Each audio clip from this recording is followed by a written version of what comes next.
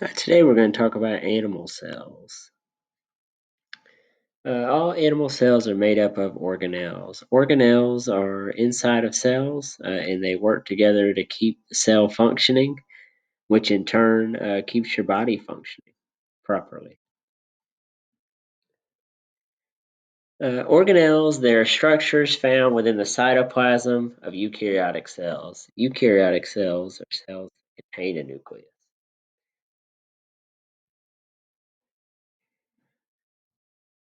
The cell membrane is the outer covering of all cells. It determines what enters and exits the cell. And think of it as a security guard. Security guard, lets people in and it lets people out, but they are the ones who determine who enters, and who exits. The cytoplasm is the gelatin-like material inside every cell.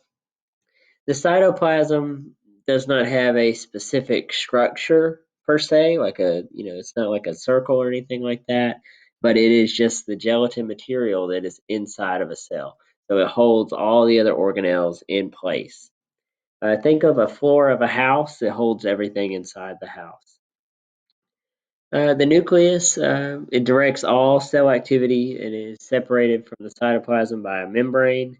It contains DNA, which is genetic information. Think of it as a principal in a school. The principal makes the decisions on how the school is going to be ran. In the mitochondria, it's where organelles, where energy is released from the breakdown of food into carbon dioxide and water. Think of a power plant. They provide the cells with energy. Ribosomes, they're small structures where cells make their own proteins. Think about a construction crew building a house. Golgi bodies, they sort proteins and package them into membrane-bound structures called vesicles. So they sort protein and they send them throughout the cell. Think of the mailman. For lysosomes, they contain digestive chemicals that help break down food molecules, cell waste, and worn out cell parts. Think about them as the trash person, the trash collector, or the recycling center. They're they're getting rid of broken down cell parts, and they're getting them out of the cell.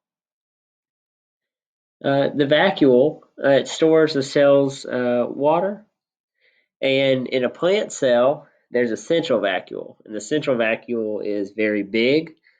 In an animal cell, however, there are multiple vacuoles, and they are smaller. Think of it as a water fountain.